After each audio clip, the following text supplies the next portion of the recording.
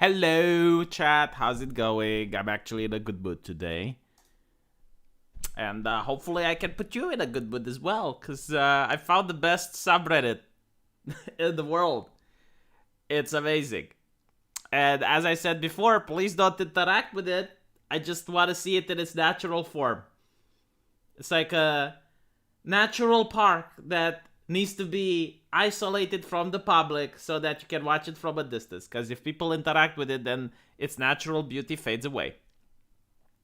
And apparently, like, a lot of people are aware of this subreddit, but I recently found out and I was bewildered, but I was seeing that. It was very entertaining. That is a femcel, right? I didn't even know, like, the idea of femcells are a thing, but I guess it makes sense, like a female involuntary celibate. Like, they want to have a relationship, but for some reason they can't.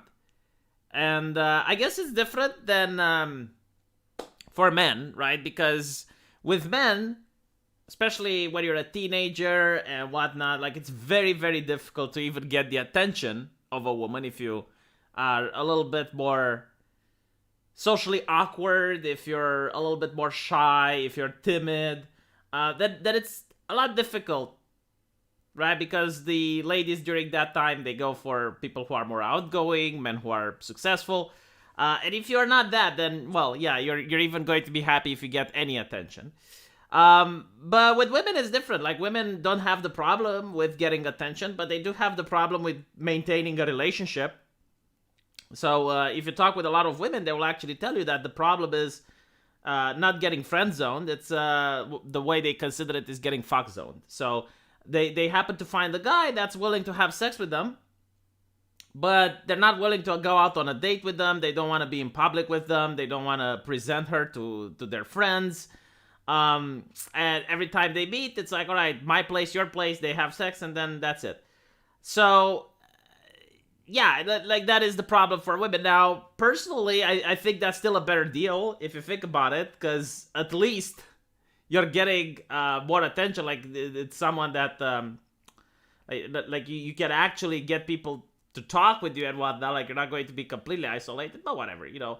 There are ways of getting out of that situation. Like, obviously, every human being wants companionship. Every person wants to meet a significant other. So it's very depressing, both sides of the story. You don't want to be in that place.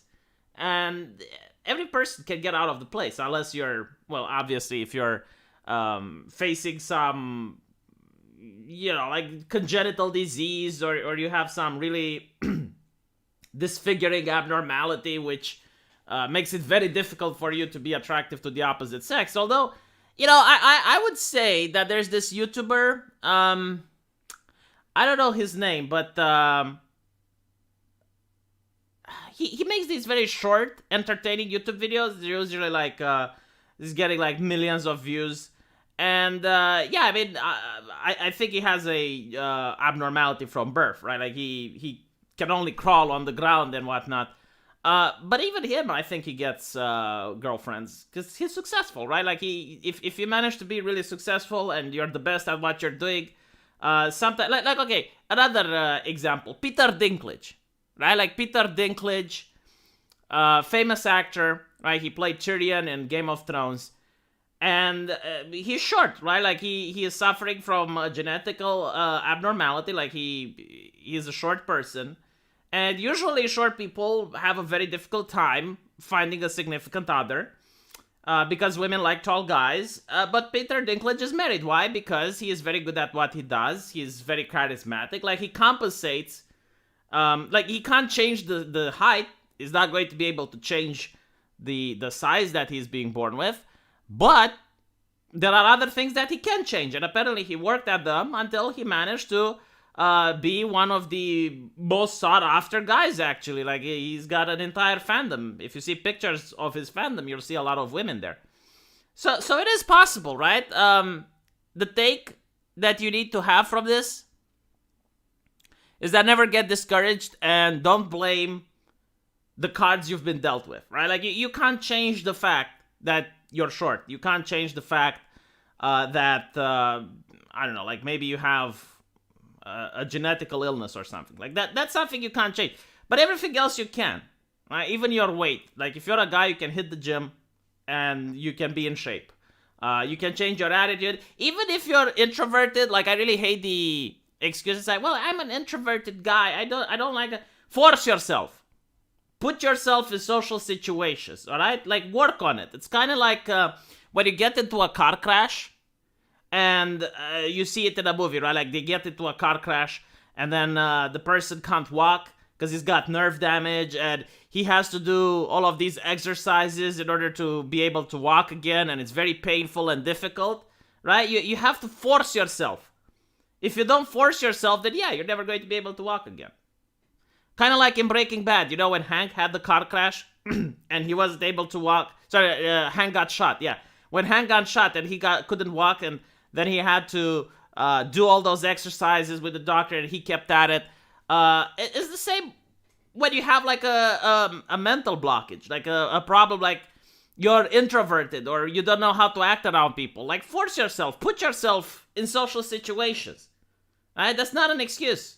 Just keep going at it.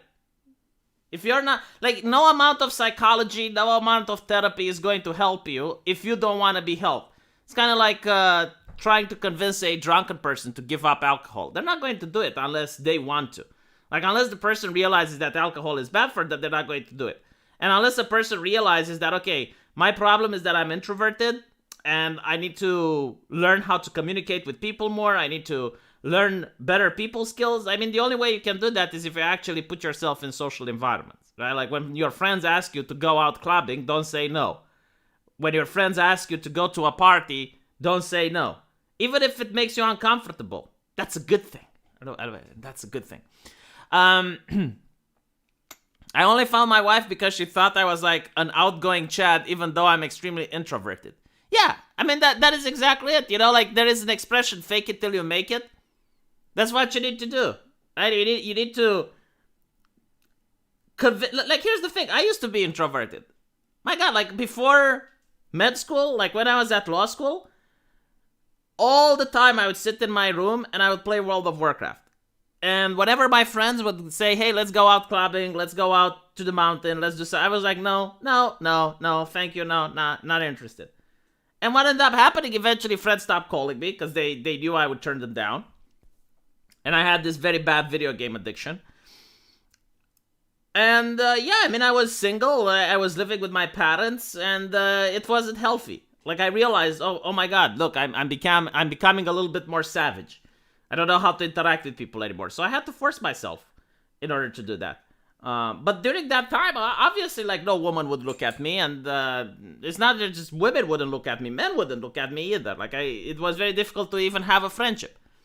So you need to understand, like, if you're doing something that you can change, you need to change it. And it's not wrong for people to seek help, but I do think that our dating female strategy is definitely not a place where women can get help. Right? And I'll tell you why in a bit. Clubbing is sad for the seals. Look, it doesn't matter if you like clubbing or not. Put yourself in social situations. If your friends ask you to go clubbing, go clubbing. If your friends ask you to go to the cinema, go to the cinema. Alright? Like, you need to go out and spend time with people. I don't care if you like it or not. Well, assuming you have social anxiety, right? So if you want to fix your social anxiety, that's how you fix it. You force yourself.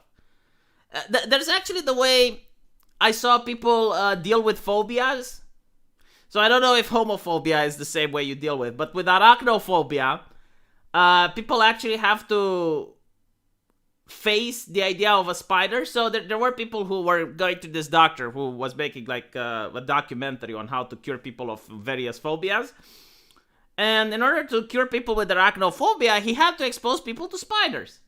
Right? So he came up with a tarantula and people were screaming and it was kawaii. But by just forcing them to just interact with the spider, some people actually became from arachnophobes to arachnophiles. Like there was this person who came out with a big phobia of spiders, and after 1 month of treatment, they got a tarantula as a pet because they found spiders to be interesting.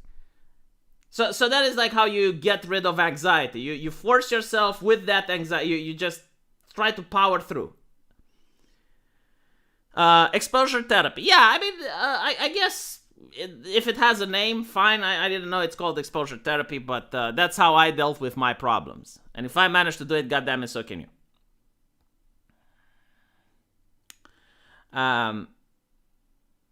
I don't leave home for 2 years now, just work and shopping. Well, like here's the thing. I just want to empathize on something. If you're happy with staying home and shopping, don't change anything. Like, if you're happy with your lifestyle, if you enjoy just staying home and shopping online, okay. But if you're not happy, like, let's say you want to meet someone, then change. And as long as you're happy, that's good. But if you're not happy, then change. At the end of the day, you can't change if you don't want to change it. So, as I mentioned before, like, you can't force a drunk person to stop drinking unless they want to stop drinking, right? So unless they come to the conclusion themselves that they need to stop drinking, you're not going to force them to stop drinking. No, I did not watch Better Bachelor. It's just like people send it to me on Twitter, Kubuska.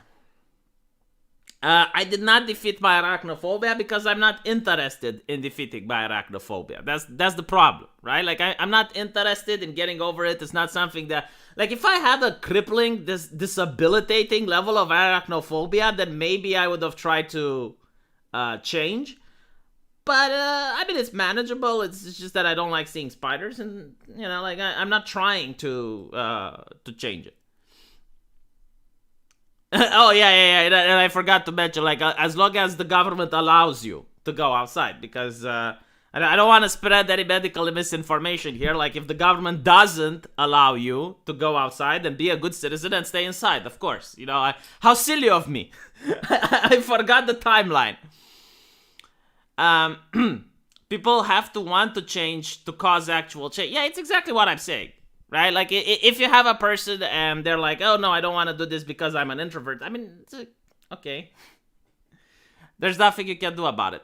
To get rid of homophobia, you have to sacrifice your virginity in your back door. Unironically, I read articles like that. Like, I think it was one on the New York Times. It's like, straight men don't know what they're missing. And I was like, okay. I mean, I don't want to...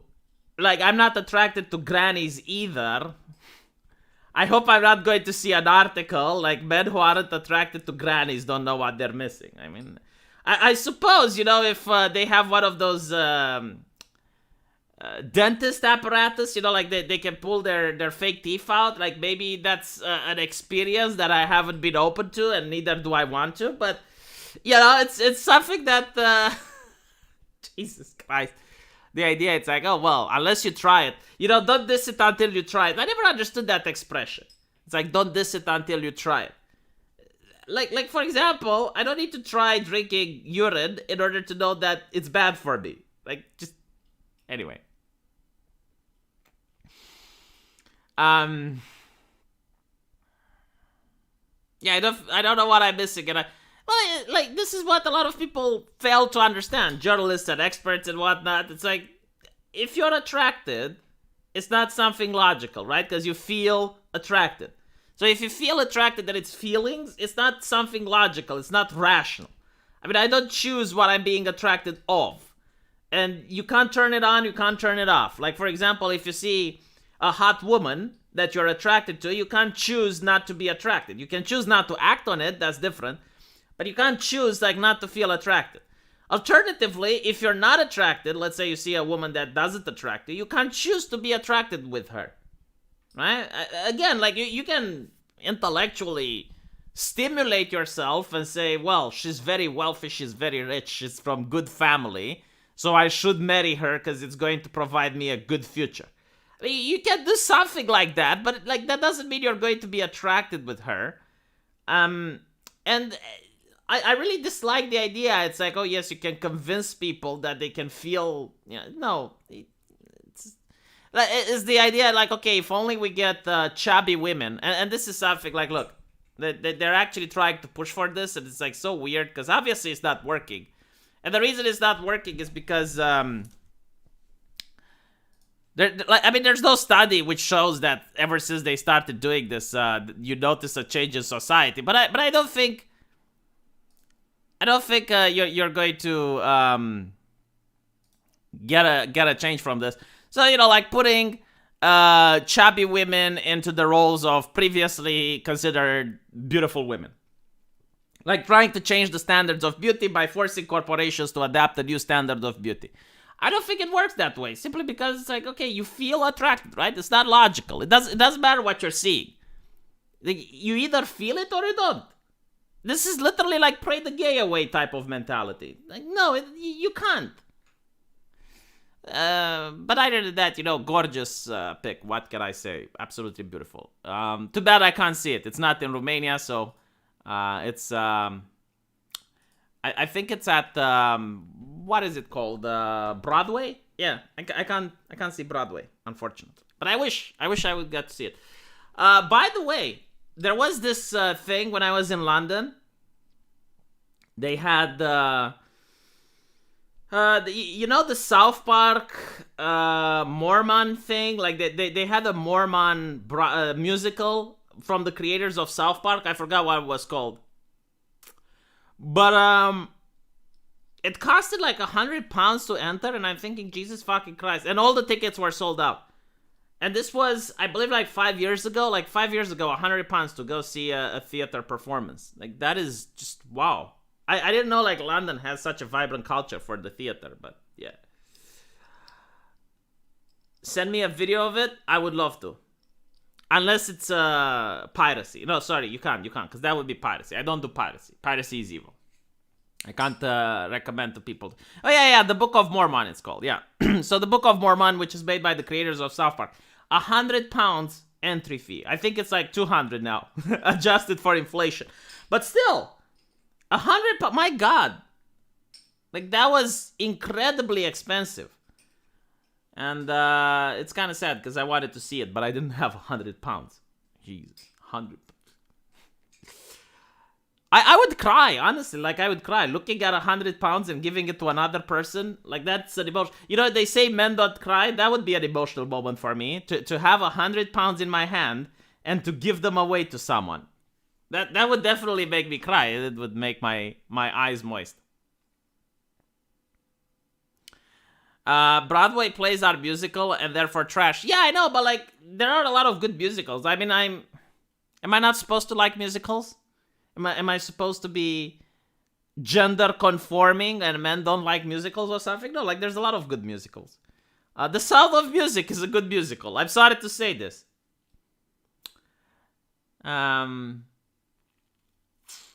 Expialidocious. Sounded quite atrocious. Oh my God, look what you did to me. Look what you did to me. Look what you have done to me. Dum diddle and dum diddle. Okay, anyway. It might be free with ads these days. I don't think you understand what I was saying. You go to the theater. There's no ads. Like, it's not cinema. It's actual people performing on a stage. I don't think they have ads there. Musicals are trash. Well, you know, Mitch Connor, I'm sorry if you're a low-value man. This is another word we're going to learn today. Low-value men. I love crappy musicals. Dude, The Sound of Music. I'm sorry to say that this is a classic. Okay, like The Sound of Music.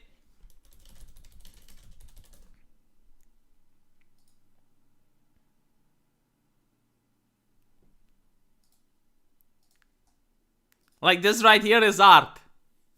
I'm sorry if you're too young and you've never listened to it. But this is great cinematography. This is one of the best things that was ever made. Who is Sondheim? I don't know. Maybe I should, but whatever. Anyway, right.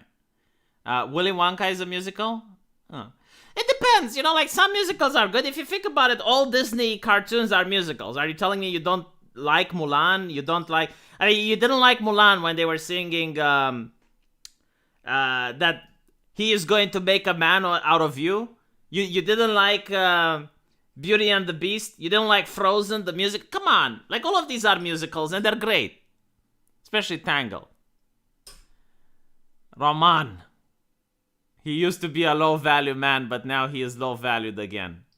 I tried introducing Roman to Ethan Van Sciver, and when Ethan Van Sciver glimpsed upon Roman's works, he said nay. Okay. Let's talk about something else. V said piracy is bad. Plus 10 social credit score. Yes, that's the new meta. That is how it's played. So anyway, let's talk about our female dating strategy thinking, right? So the reason I find it funny, well, I don't know if it's funny. It's actually kind of sad. These are women who want to have a relationship. Because if they didn't want to have a relationship, why would they come to this Reddit? But the advice they're getting is toxic. And the type of people who are here are toxic. And the culture of this subreddit is toxic. Like, for one example, from what I notice, there is a powerful air of misandry going on here. And one of the ladies actually stated something very important, that you should not date a misogynistic man. And you shouldn't, because the misogynistic man is not going to be a good relationship material. Why would they assume that the misandric woman is something that men want? And by a misandric woman, I don't mean like a woman who is going to say, oh yes, I've been in a bad relationship. But like a woman who's going to complain about men all the time, a woman that's going to be incredibly entitled and, act like she's doing you a favor for going out with you. A woman that, like, for example, this one finds it weird that she found one guy that, according to her, isn't rapey. So she believes that most men are rapey. Like, why would you want to go out with a person like that, right? So maybe this is one of the reasons they don't have a relationship. Now, of course, maybe they will say, well, misandry doesn't matter or it doesn't exist or whatever. Like, they can rationalize it in a way, but at the end of the day, right, the reason they don't have a relationship is because a relationship is a two-way street. And it matters more what the men think of. And if men are going, like the man that you want, right? Because obviously they're not going to want incels, right? Because an incel is probably going to want anything that has a pulse. But I assume like they want high-value men. This is actually how they're talking about it, right? Like high-value men. If they want that, then those men have options and they're not going to go with someone that is disparaging towards men because they have self-esteem, right? So a high-value man has self-esteem and they're not going to date a woman that has negative opinion on all men. Now, they might have sex with a woman like that. They might have a one-night stand, but they're not going to have a relationship. Why would they do that? You wouldn't have a relationship with a misogynist if you're a woman. Why do you think the man would have a relationship?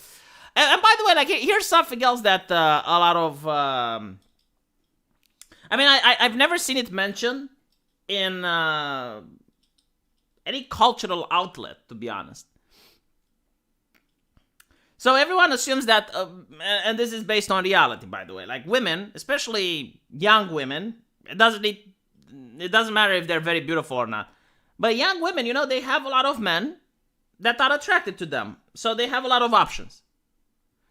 And this is not true for most men. Like most men, they have to struggle to get in a relationship. But the high-value men that they're talking about, like the men that manage to get the men that they desire, well, they're also like a woman. They have a lot of women attracted to them.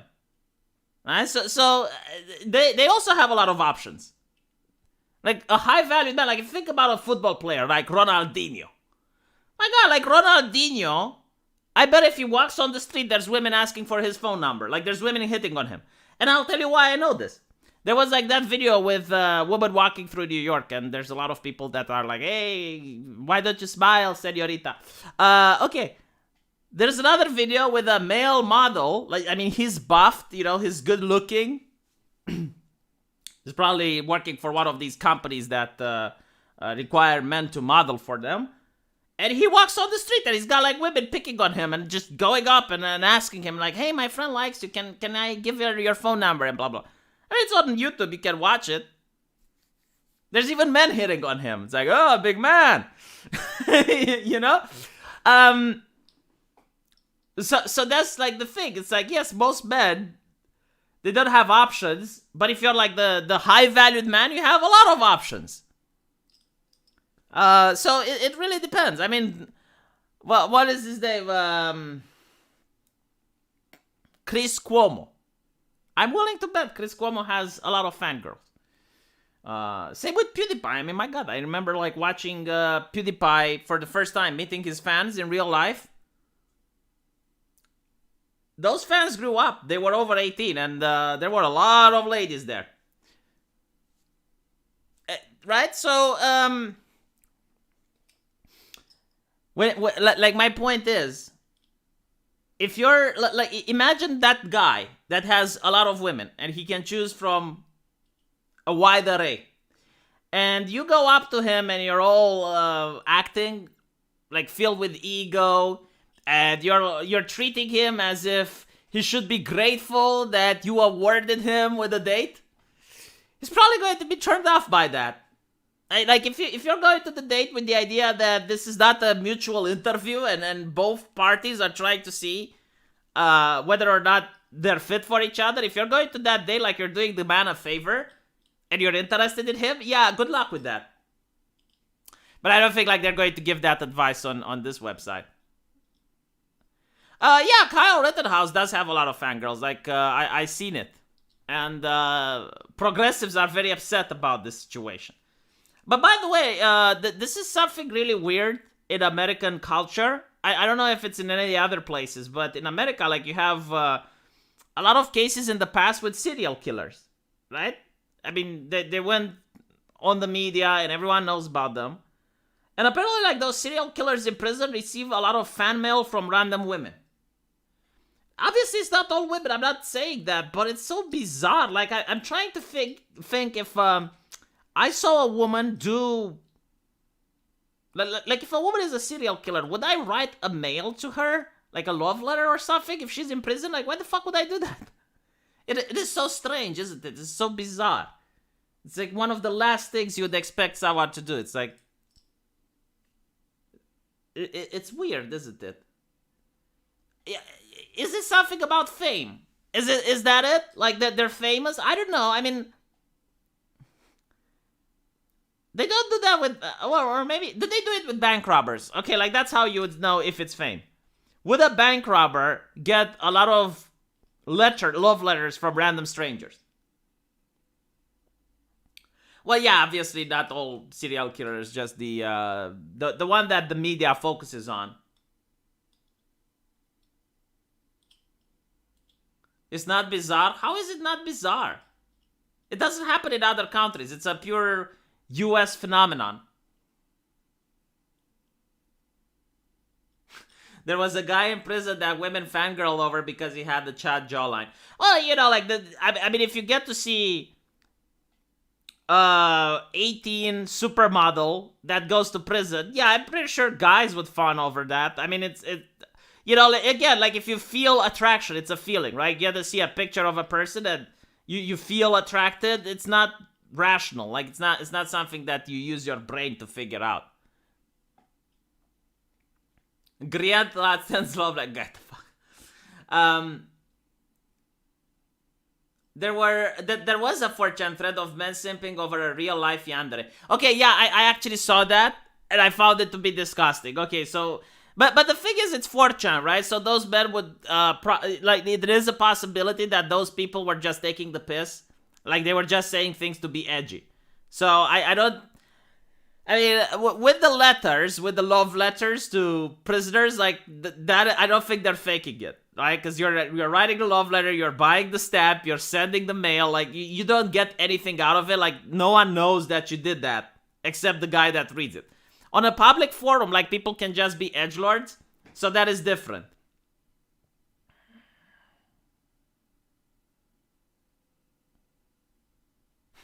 Always remember, if you're weak and quiet, you're weird. If you're strong and quiet, you're cool. Is that how it works?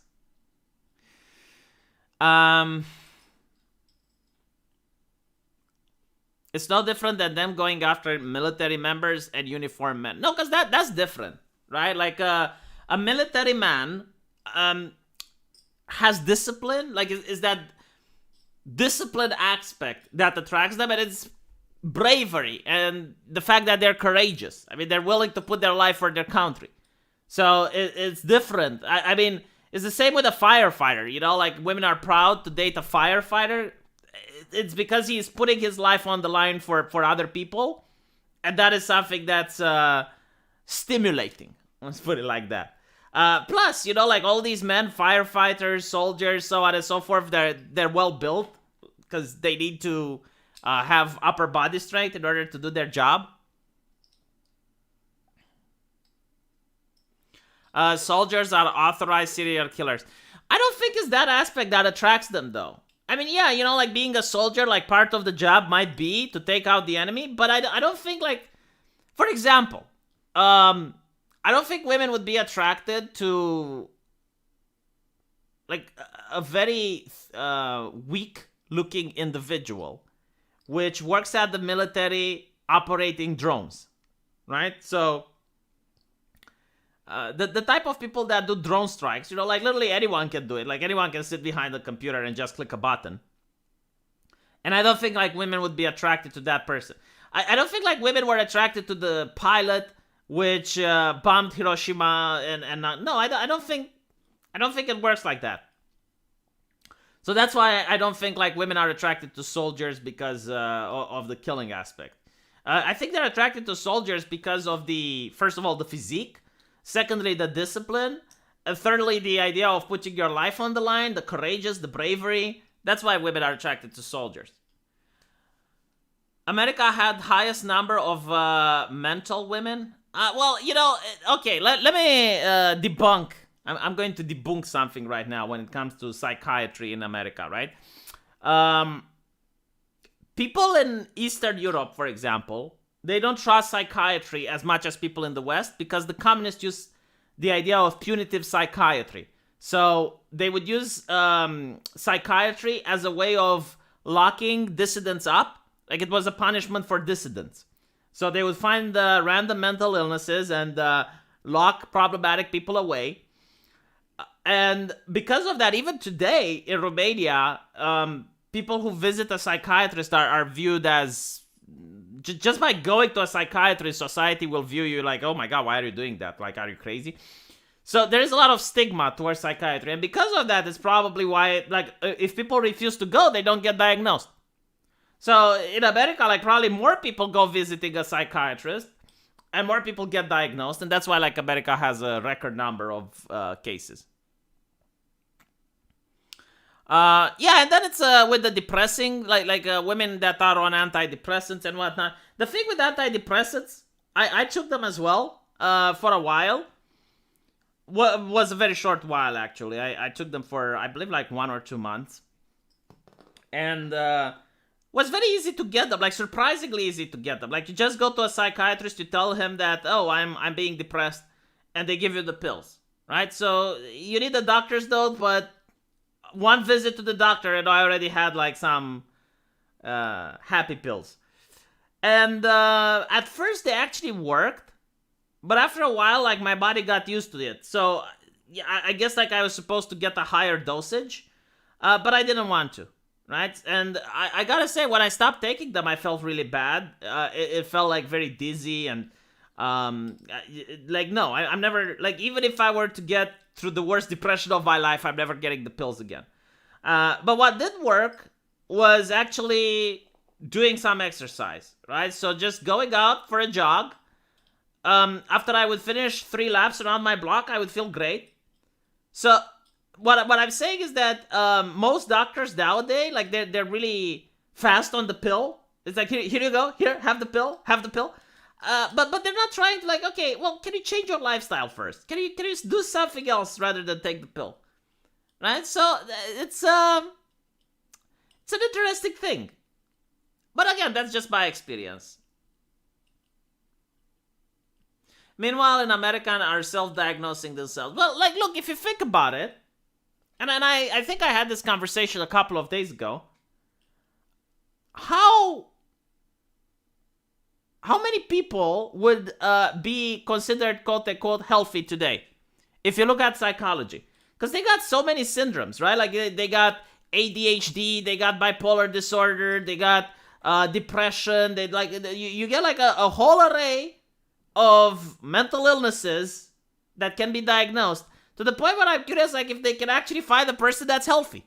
Like any single person that walks to a psychologist will probably have like some sort of syndrome, some symptom, like even the idea that if you're at a job and you don't feel like you're doing a good job and you want to be improved, that's imposter syndrome.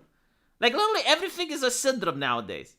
And I'm thinking like, okay, but like, you know, when my grandparents lived the earth, those weren't the thing. I mean, imposter syndrome wasn't the thing back then, at least not in my country, I know.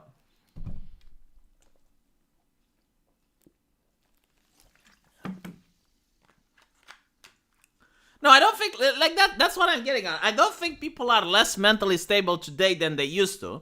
What I do think is that there's more, like the science has changed, and there's a lot more syndromes that they used to.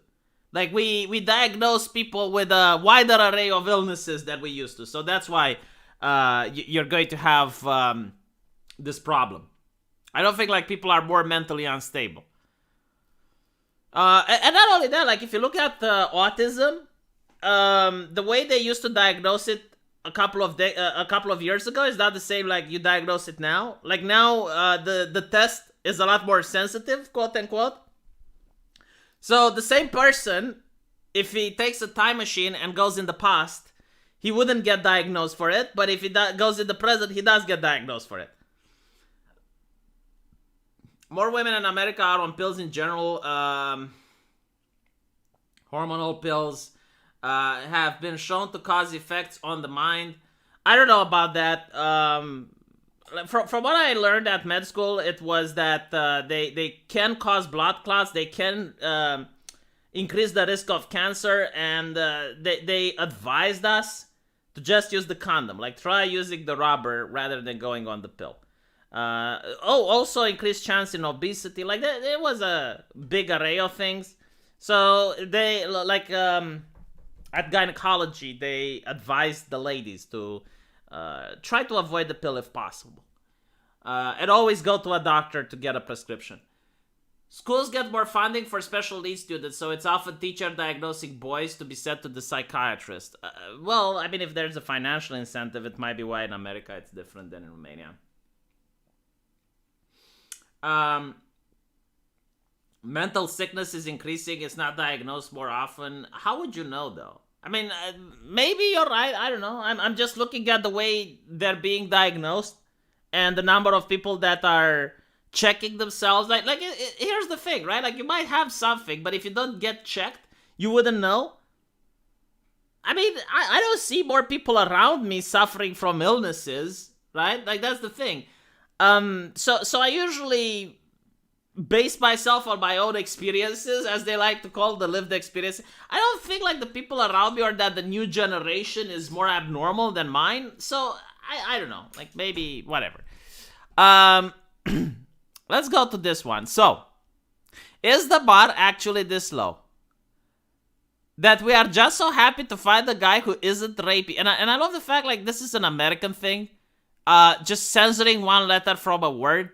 Like when you're typing the word, you know what you want to type. The person reading it knows what you want to read. So what is the point of being so childish, just censoring one letter? This is an American thing, isn't it? Like we don't have this equivalent in Romania. So anyway, let's see. My boyfriend stopped during sex because my face looked off. I think I found the one. Like what the fuck? So,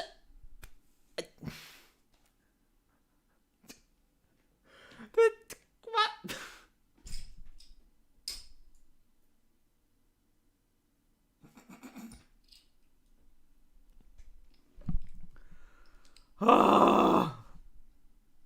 Isn't that normal though? like okay guys, hold on. Like question. Like we need to have a conversation. Is this something like abnormal? Like if you're making love to your girlfriend and she makes like a bad facial expression, don't you stop or do you keep going? Yeah, like look, people like Dickie says I've stopped for that reason before. Yeah, then like I expect her to stop as well. Like if I'm doing it. The chosen one, yes. Where's Neo? What? Like, found the one after how many tries? It's like, yeah, like, everyone stops. Oh, you power through, of course. Abdi Muhammad powers through. Abdi Muhammad is like, show must go on. What the fuck?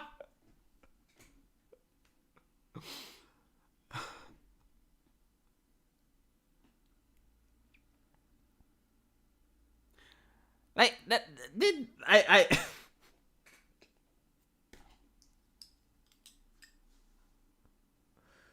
Can you imagine, like, hold on. Let's put it differently. If your wife is on top of you and you make a grimace, like your facial expression contorts, isn't she going to stop?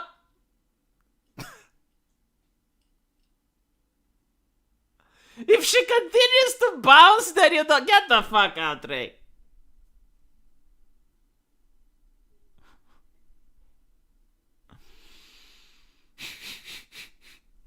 Women are thought to take the pill from 20 years old in America. The constant exposure probably affects them in the head. No, I don't know if it affects them in the head, man. Like, I have not heard of that side effect. I did hear about a lot of other side effects. And really, 12? Get the fuck out. That's really bizarre. I mean, even in Romania, they don't teach you to use the condom at 12. Oh my god, let's see. Alright, so, I'm in college and had the shittiest day yesterday due to imposter syndrome. Oh my god, speaking of the devil. Imposter syndrome. God. And by the way, like, you notice these terms that just, they suddenly appear in the media and they explode. Like, all of a sudden, everyone has imposter syndrome. And I'll tell you why.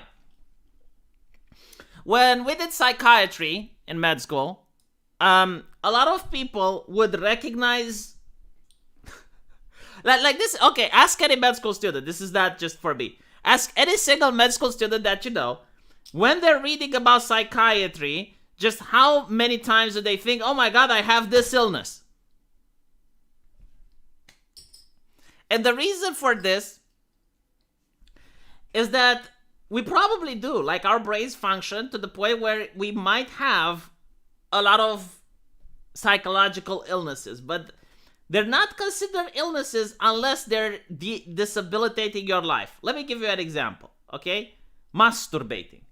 Right? So masturbation is actually something that everyone does. It's only when it gets to the chronic levels, it's only when it gets to the levels where it affects your life that it becomes pathological and it's a problem. Here's another example. Auditory hallucinations. So a lot of people have auditory hallucinations. For example, you can be walking on the street and you can hear, someone calling your name.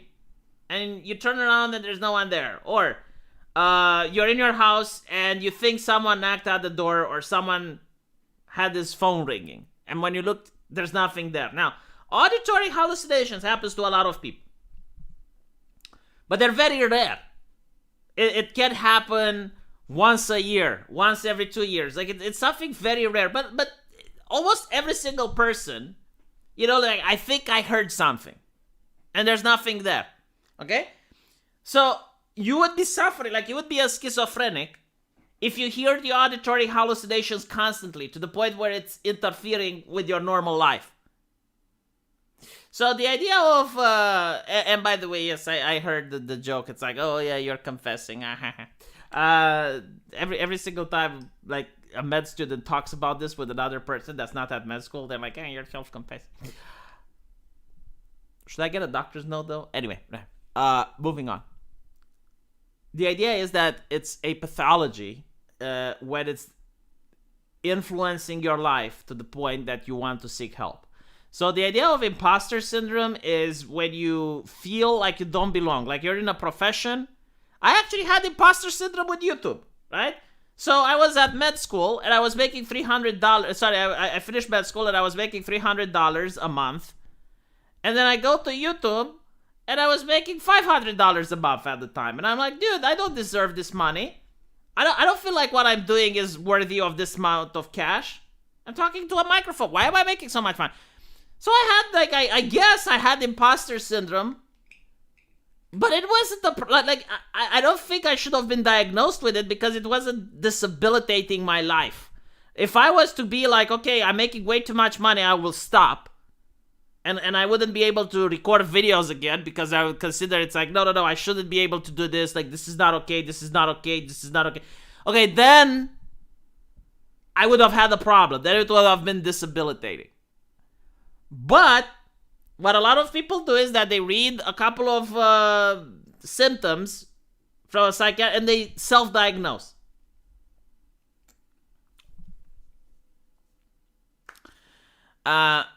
You know what? They should make a syndrome for being normal. Like, average people that are too average should be like average syndrome or something. Just to make sure you cast a wide net with the syndromes. Pilots and surgeons don't have imposter syndrome. Are you fucking kidding me? Do you not know how a surgeon feels the first time he goes in? Like, the first... So there's twice. No, there's actually like several times when a surgeon pisses his pants. The first time is when he enters the operating room for the first time, right? So he's going to piss his pants. Second time is when he is on call for the first time. And third time is when he enters the operating theater alone. Well, alone. I mean, he's with the nurse and whatever. But like, that are like those 3 times. And they're going, all surgeons are going to tell you. It's like, yeah, but like, I didn't know what I was going to do. I had to crap myself, blah, blah, blah. I don't know about pilots, though. Like, with pilots, I don't know. But all surgeons have imposter syndrome by the definition. Of course, they managed to continue the operation. But I assume, like, if a surgeon wouldn't be able to operate, like, he would refuse to enter the operating theater because he's, like, afraid to be alone, then, yeah, that would be, like, an actual case of imposter syndrome, which would need to be... I don't even know what they do. I assume it's therapy, right? Like, you should talk with the person. But given the fact that it's America, I wouldn't be surprised if they don't pump them full of pills. Yeah. What freaked me out is that many of them can have shaky hands. Well, of course many of them can have shaky hands. Dude, like... You're... Look. You're entering another human being through a hole that is not supposed to be there. And you know that you can kill that person if you make a mistake. How are you going to feel? Do you honestly think that you're going to be really calm about it? Is the reason that I didn't go into surgery. Like, my God, I just... No. But yeah, like, you also have the modern tools, which prevent you from... I mean, most surgery, like, right now, it's kind of like playing video games. For example, if you do a colonoscopy, you literally have a joystick. And what's cool is, like, I remember the professor... She would tilt herself like playing Need for Speed. Like when she was in the column with that camera and she was going through a man's anus, like she would tilt herself to the left and she would tilt herself to the right as the intestine would have the curves. It was adorable to see. Laparoscopy, I don't know how you pronounce it, laparoscope. Like most surgeries now aren't that invasive. Like they actually have like a tube that goes in and does the thing. You also have like a big screen and a joystick. So yeah, like most surgeries usually have machines that do them. So you have modern tools. You still have the classical surgery. Depends on which area, but mostly it's done by machines. Usually when you sew the patient back up, you have to do it by hand. But even then, like I heard they now have like a stapler. So you don't even have to do the thing with the needle. You just like, you have almost like a gun that shoots the staples. So, you know, whatever. Like, that's why it shouldn't surprise you that surgeons have shaky hands. It's like, okay, his hands are shaking, so what?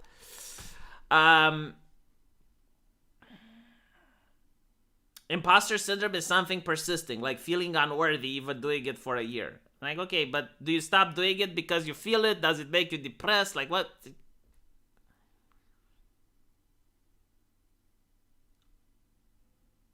Imposter syndrome was a common experience like depression. Yeah, I mean, I've never heard a person that, especially in the beginning, that actually feels comfortable in their own shoes. Like, yes, I'm doing this and I am the worthy one. Like, very few people are like that. Most people are scared shitless when they the mantle of responsibility is being thrust upon them. So anyway, so she was in college, had the shittiest day yesterday due to imposter syndrome after bombing a practice final, seeing a dude who just jumped off a bridge and seeing a bazillion COVID cases.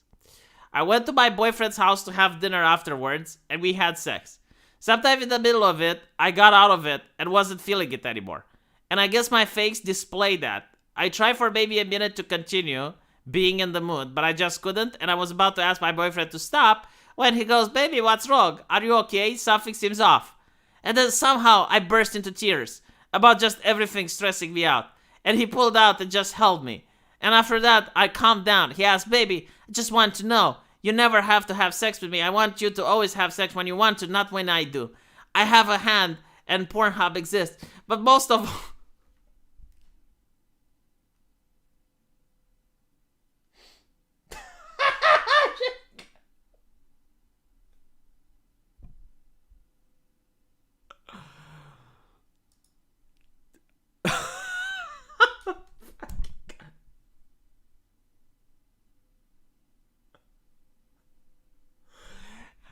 Isn't that normal though? Isn't that like just why is she like she's how did that happen? Yes. I'm sorry, I can't. I got tears in my eyes. It's like sounds like a good dude. It sounds like a normal dude. Who doesn't do that? What type of person doesn't do that? It's not beta, it's not Chad, it's normal. It's what every man does.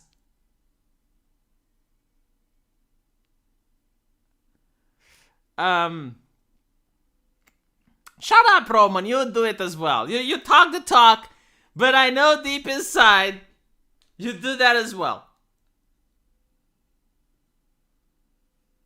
I mean, it does sound like a social justice team play, like someone said. It's like, okay, so if it happened to me, and she's crying, of course you're going to hug her.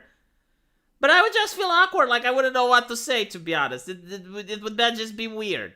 And I assume that if I did the same, like if I was making love with my wife and all of a sudden I'm thinking about bad stuff and then I have like the grimace and I start crying... yeah, should probably be a little bit confused. Like, it kind of reminds me though, when I was dealing with patients, especially with the elderly and they're depressed, and you have to ask them a couple of questions, like at the interview before diagnosing them, and you ask them, okay, what's your name? Where are you from? How old are you? And then you ask them, like, do you have any children? And the old lady goes like, I have 4 and they're in Canada and I don't see them anymore. And I'm like, Jesus fucking Christ, like, what do? You just made an old lady cry. Other people don't know why she's crying, like they assume you said something offensive to her. You're looking around, everyone is crossing their eyes at you, and you have an old lady crying, and I don't know how to make her stop, I don't know how to make her comfortable. Like, am I even supposed to hug her? I mean, it's a professional setting, like, I don't know, like, what if I hug her and she doesn't like it? I'm not a people person. I have imposter syndrome. But obviously I do stop the interview. Yes, like I stop whatever it is I'm doing, but when I see a person crying.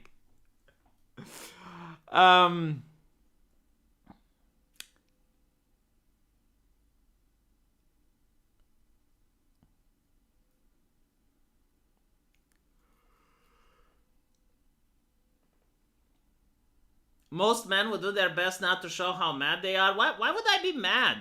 I mean, if I'm making love with a person, I want her to feel the just as good as I feel. Like, I'm sorry, but I think that's how most people operate. And clearly, if she's not feeling it, then I'm not going to continue. Like, if I'm not interested in how she feels, then I can just get a doll or something. Like, why would I get a girlfriend if I'm not caring about the way she feels? If someone gets you going and then start popping the brakes every time. Yeah, but like this is a one-off.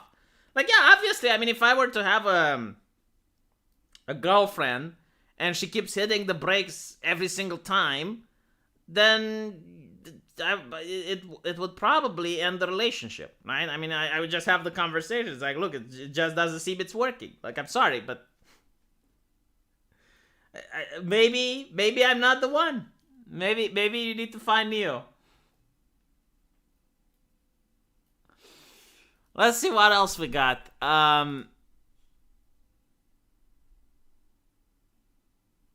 All men benefit from the actions of violent men. What? Nani? So, if there's a burglar which is breaking into my neighbor's house, how am I benefiting from it? How do they rationalize themselves to these words of wisdom? Like, I mean, I guess you benefit from the actions of violent men if you think about the military, because they're defending your freedom, or the police officers who are keeping criminals away. But, like, how? Whatever, fine. Yeah, like, stopping in the middle of sex for your upset partner is... Oh, I see what they're saying. So, because other men wouldn't stop, he benefits because he stops. Oh my fucking god, yeah, alright. He pulled out just like a Victorian gentleman.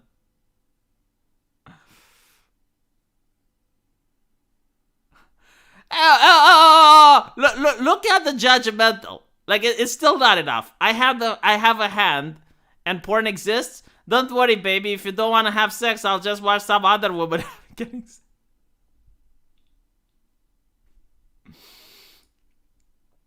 My god, this subreddit is excellent. Excellent.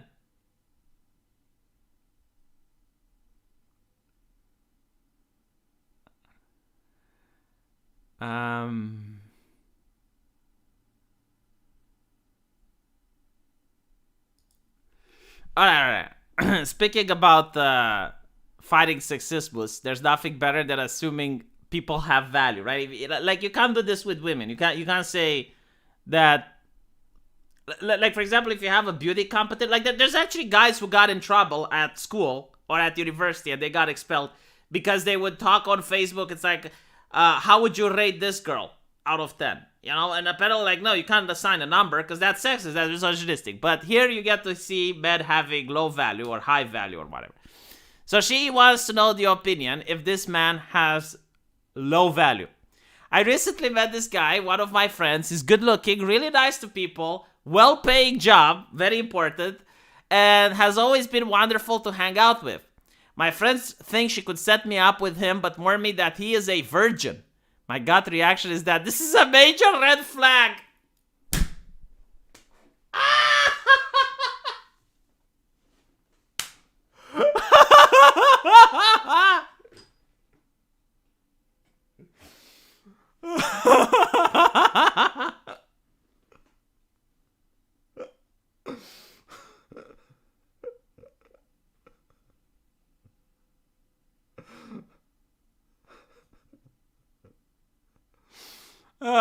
Why is a 24-year-old guy a virgin? What is his issue? My god, it actually reminded me of something that I did at the university. So when I was at the university, if it was a subject that I really didn't, like, if it was a subject that I knew very well, I would joke with the teacher. Because I didn't give a shit, right? So if I knew the subject as an A+, I would be a complete asshole. Why? Because there's nothing the teacher could have done to me. And if they did try to do something to me, I would threaten them with a commission. So if you think like the teacher is examining you unfairly, you ask for a commission. And it was at law school. During constitutional law. And we were talking about the lawmakers. And and the question was like, how do lawmakers get elected? And I'm like, by paying money to the party and being corrupt as fuck. And the teacher goes like, who said that? And I'm like, I do. Who are you? And I'm like, the voice of reason.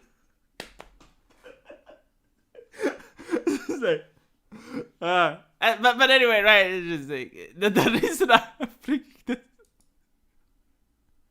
It's like, what's his issue? He's being reasonable.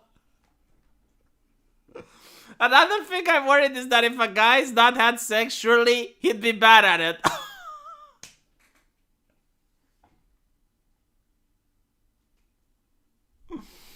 Oh my fucking god.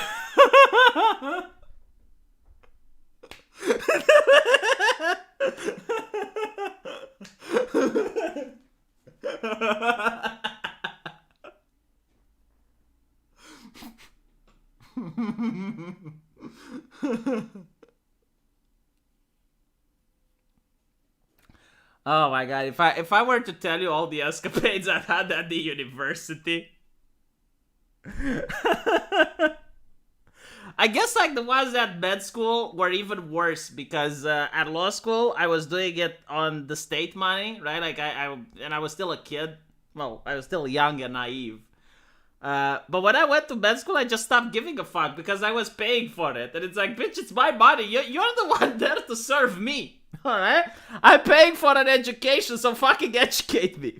And, like at med school, I was a complete and utter savage. But, oh my god. Reminds me, I had another exam. There were two teachers, like the ones that have to supervise you during the exam, and they were talking. And I told them, can you please be silent? We're trying to concentrate. And they're like, we're so sorry. Like, if you want to talk, you can go outside. That type of thing. Anyway, right. Let's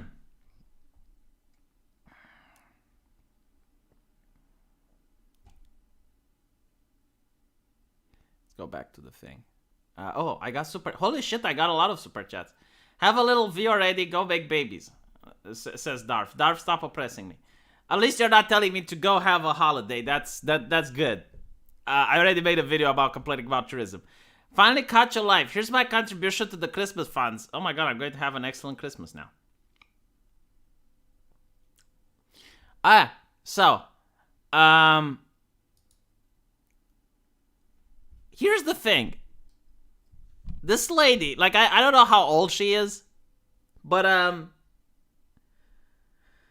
the problem with her, and this is a problem with a lot of women, is that they have a list. Alright, so he needs to be good looking, he needs to be nice with people, he needs to like the animals, he needs to like the kids, and he needs to be wonderful to hang out with, and he needs to be good at well, like, you're not going to find that guy, okay? Like, that doesn't exist. What you want is a fantasy. Like, fantasy does not exist. People have flaws. Every single person on planet Earth has flaws. I don't understand how, like, and this, by the way, is something like, I noticed a lot of women do it. A lot of my exes did the same. It's like, they would ask you, so when you were young, like, what kind of woman did you want? And I was like, you know, the simple thing, the misogynistic things. Like, I want her to have big boobs. I wanted her to be blonde. I wanted her to have blue eyes. Oh my god, but I don't have blue eyes, so you don't like me? And I'm like, woman, you have big boobs and you have blonde hair. What the fuck? Like, it doesn't need to be a perfect match.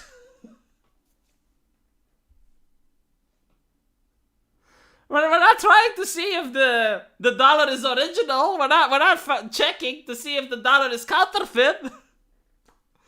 Not to mention, like, it's more of a guidance type of thing. It's like, it's heading me towards a direction, but I'm not necessarily fixed up on those things.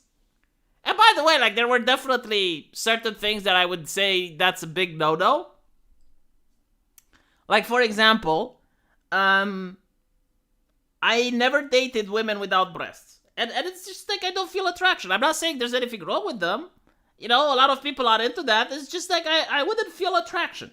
And if, again, it's about feelings. It's not something that comes from the mind. It's not based on intelligence. It's like, do you either feel attraction or you don't feel attraction? I didn't feel attraction. So, yeah, I wouldn't date them. It's like, why would I date someone that I don't feel attracted to? Makes no sense. A lot of women have issues, had something happen to them as a child. I don't know if that's the case. Like, it's the same thing where they say, like men who don't have a girlfriend have issues as a child. I don't believe that. Well, of course, people who experience trauma as a child might have problems in finding a significant other, but I don't think it's all the time.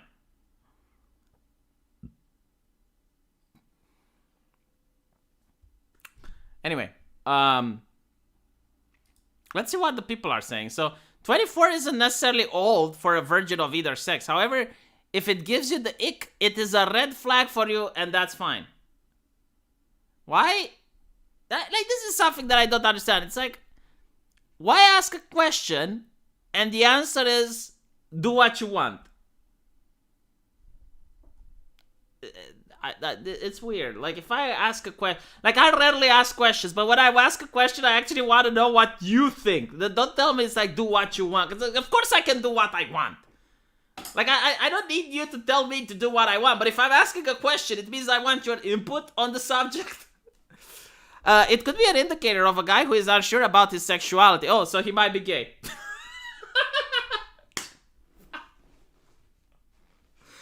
He's 24 years old, never had sex. Did it occur to you he may be a Christian? Maybe he took that, what is it, that, not chastity, God damn it. The Americans are big on it. Abstinence, fuck. Okay, maybe he took that abstinence oath.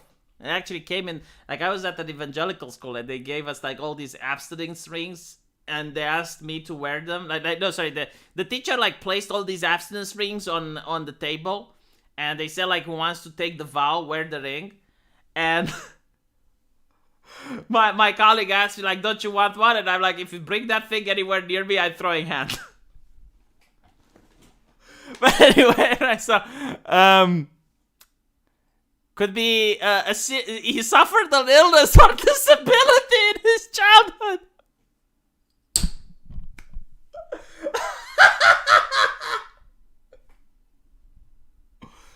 Being a virgin doesn't make a man bad at sex, just like being a community dick isn't a reassurance that the man will be good in bed. Oh, fuck.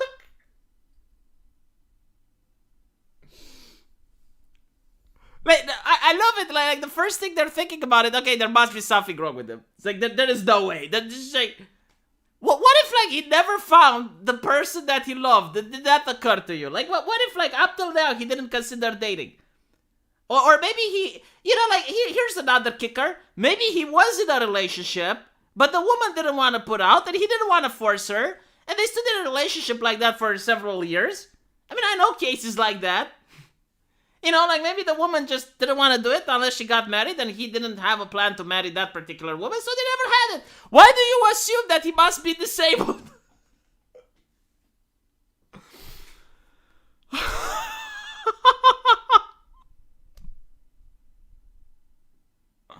I mean, people who wait until marriage do exist. Thank you, Possible Cook. The voice of reason. Can I thumb it up? No, because I don't have an account on Reddit. Damn, if I had an account, I would give her a thumbs up. Just because society expects men to do whatever it takes to have sex doesn't mean they actually do. Society doesn't expect men to have sex. They just do it because they feel like. My point is that you don't really know why he's a virgin, and that is where the answer to this being a red green flag is. But like, here's another question. What if he never met a woman that's compatible? And you would be like the first woman in his life that he is compatible with, and you would be compatible with them. So all the other women shunned him away, but you actually like him. Why would you assume that just because like that happened previously? It is so weird. Lots of men are virgins, who are virgins watch a lot of porn. But my fiance was a virgin at 21 when we met, and wasn't porn addicted. And the learning curve for sex isn't really that terrible, and generally would be if the person has basic people reading skills. Most of good sex is being communicative and blah blah blah. Okay.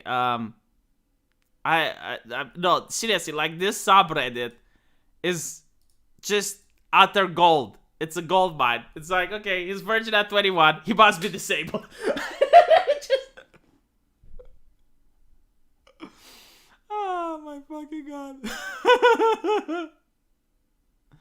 god. For the vacation fund, you can only use this money for vacation. Dude, where am I going to go on a vacation with 55 Swedish kroners? Like, please tell me. Where am I supposed to celebrate? 55 Swedish kroners. Yeah, go on a vacation. Probably to my neighbor next door with a bottle of beer. They're more than guidelines than actual rules.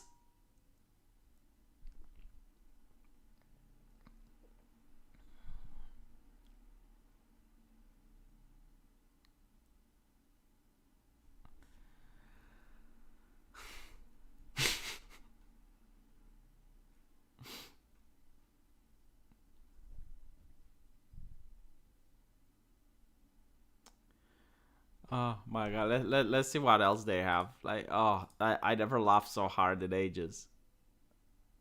This is just beautiful.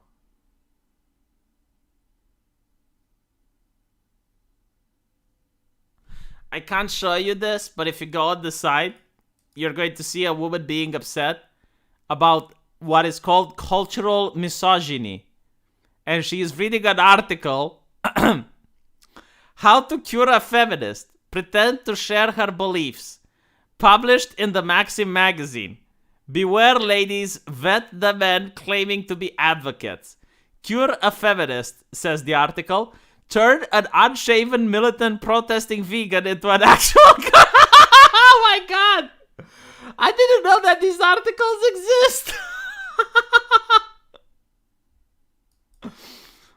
Oh... Alright, let's see how you can turn an unshaven militant protesting vegan into an actual girl. Oh my god. This is unreal. So, number one, win her over. A feminist is just like any other one.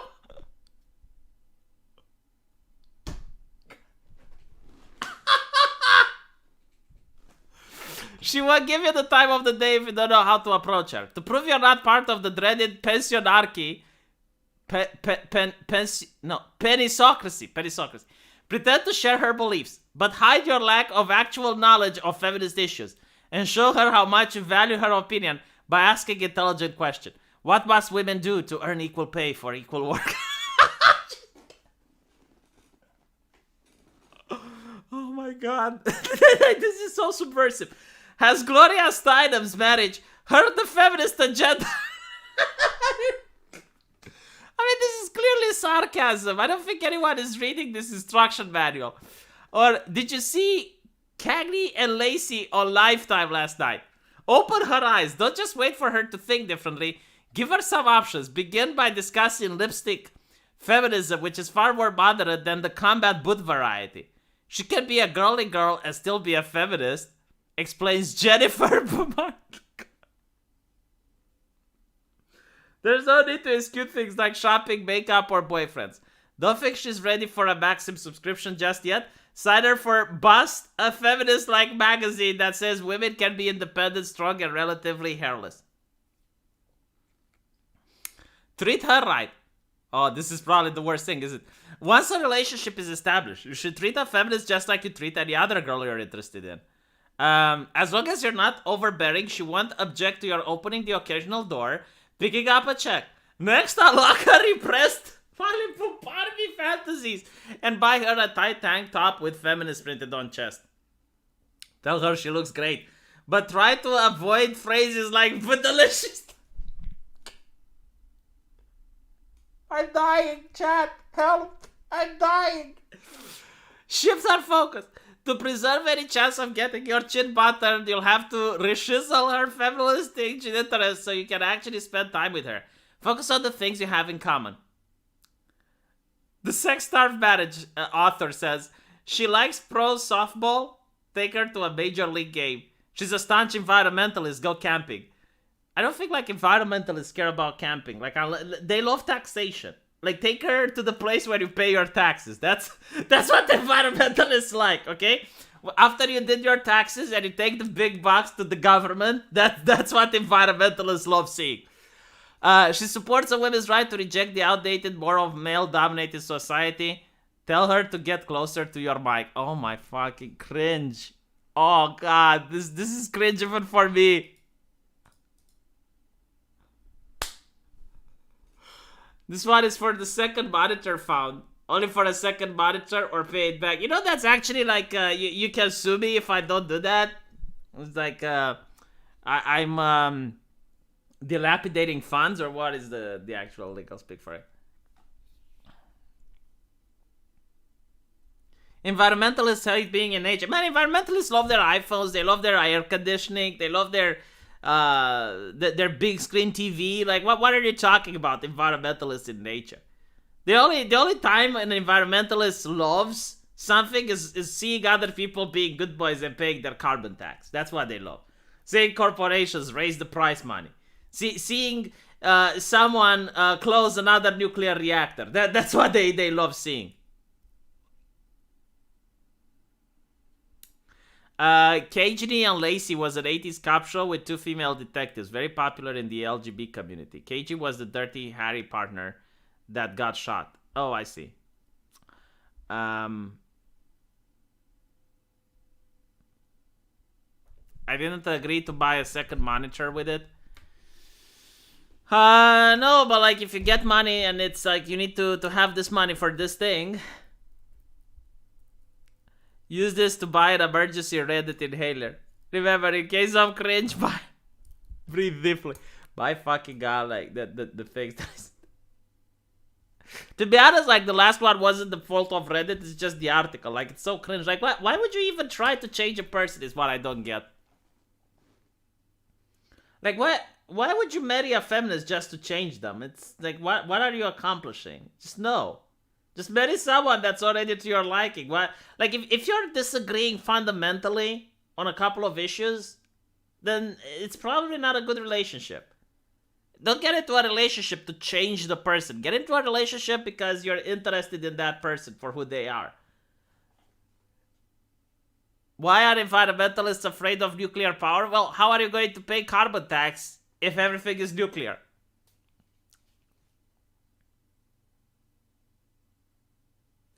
I don't even know if it's satire. I don't know the publication. But like, the fact that they even found it and they view it as a threat, as if men everywhere are reading that article and they're going to try to subvert the feminist movement, is beyond laughable.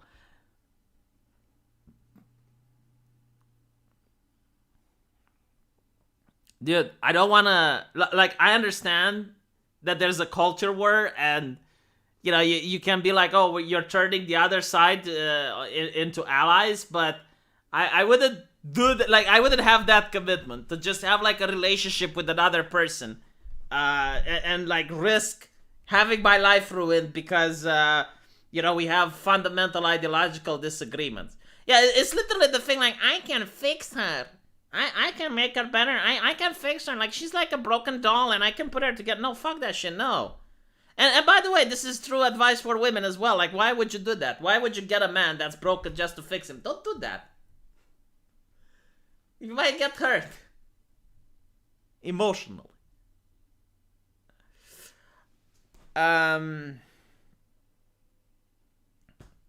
Should we end here? It's been 1 hour and 20 minutes.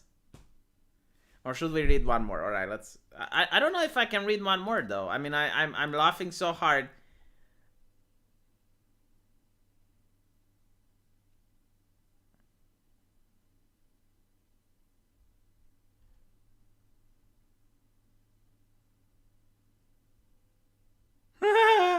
Okay. So, at a Tinder guy's apartment.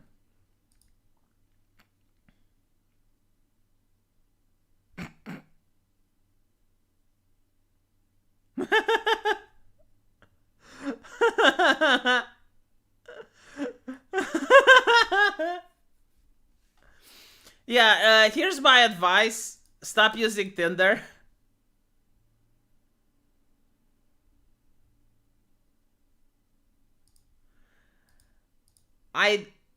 Let's see what people say in the comments, though. I'd leave, but first I'd leave a note in her drawer letting her know what's up. Why do you like so? first of all, like you assume that he's got a girlfriend, right? Like he might have just been in a breakup and she hasn't packed her things yet, I guess. But secondly, it's okay, like fine. It's interesting that men wouldn't do that, right? Like if you're a man and you go to a woman's place and you notice that you find evidence that another man is living there, would you leave a note for him? Oh, no, she found the girl and got the info to her. Um, social media, but she made a good decision. Don't be so insecure. It's his sister. Ah, she stays there sometimes. Did he say sister? He meant his really good plastic female friend. No, it's like, okay, here's my advice about this, all right? Don't use Tinder. How about that? Like, Tinder is the worst place to find a significant other.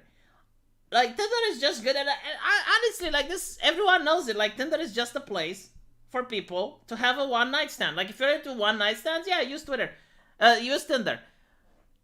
Look, if you really want to use a dating site, use Facebook. Like, Facebook is the best dating site if you use it properly. So here's how you use Facebook properly. You go to, like, let's say you're at university.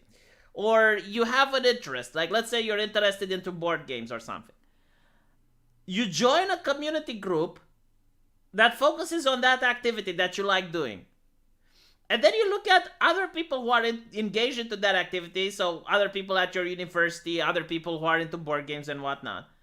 And then you see a girl that you like. And then what you do is you look at the like section to see what movie she's into, like what music she's into, and blah, blah, blah. And if you have a lot of things in common and she's single, then just talk to her. Just have a normal conversation like you would meet a woman in a bar. If she doesn't want to talk to you, that's fine. Like plenty of fish in the sea. And I actually had many girlfriends that way. I had many successful relationships like that. I never had a relationship based on Tinder, though. Like, Tinder is just the worst place ever. So that's my advice to people. Like, if you actually want companionship. Because it makes sense, right? Like, if you're into the same things, like, if you have things in common, like, for example, you like board games, she like board games, you can spark a conversation about board games. Like, hey, like, I see you like board games. Like, what are you into? And blah, blah, blah. And then it's like, oh, this game came out. What do you think about it? Blah, blah. Like, do you want to meet? Do you want to go out? And you're going to see that. You're going to have more success than if you use Tinder. This is for the View Nuclear Power Reactor. I lost you at university. Facebook is dating over 35. Oh, well, I guess you caught me.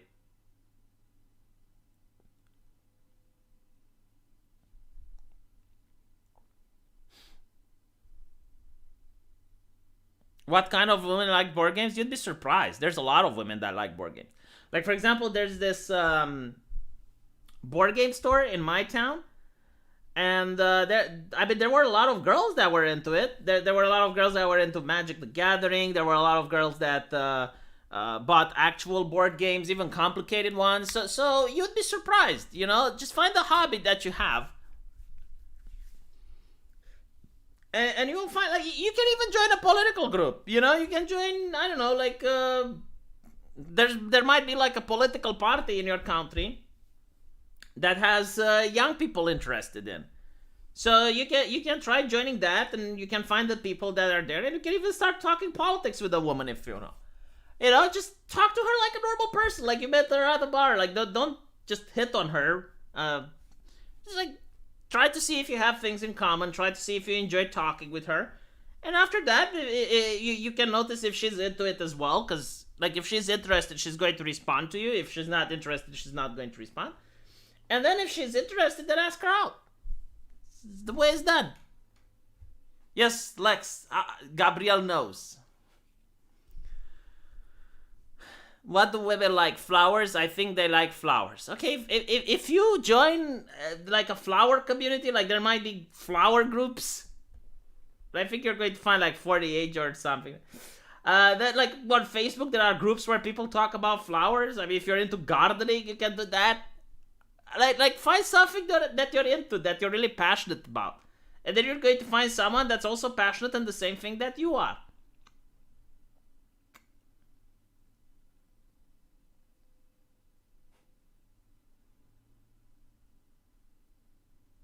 Dude, I had several girlfriends that were into politics. I had like one girl that listened to Black Pigeon Speaks. That's actually how she found me. She's like, "Oh, you're a YouTuber?" It's like, "Yeah, you know Black Pigeon Speaks?" And I'm like, "No, who is that?" And that's how I found out about Black Pigeon Speaks. But she was at the university with me. She was playing League of Legends, support, of course. And I even asked her over, and she brought her laptop. We played a couple of matches in League of Legends together, amongst other things. But like again, just stop being close-minded. Like you would be surprised with the things you can find on Facebook if you put your mind to it. I've had two medium terms, good relationships from Tinder. Tinder is just a platform. I'm not bad or good. The problem with Tinder is that the ego just goes through the roof, right? Like men are like treated like a commodity, and women like it's almost like they're in a supermarket and you can just swipe left, right, whomever they want, and the competition is way too high, and I guess like the expectations are different. I just don't like Tinder. I guess yeah, it's like a platform. I never had a good relationship from Tinder. If you prefer a girl that cooks, Roman, join Facebook, find a cooking group, for people that are enthusiastic about cooking. The problem is you need to know to cook as well. And then hit up a lady and discuss recipes. Buy an expensive oven in your kitchen and show her pictures. Like, look what oven I have. What do you think about it? Show her your Chef Gordon Ramsay cutlery. Like, look, I got this expert cutlery. It's like, you wanna come see it?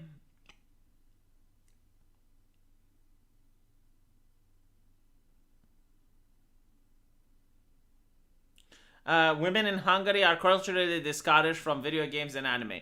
Dude, I'm in Romania, okay? It's the same thing here, but you will find people who are into video games and anime. Assuming you're in a big city, like I forgot to say this, if you happen to be in a small town or in a rural area, like this might not be a good opportunity for you.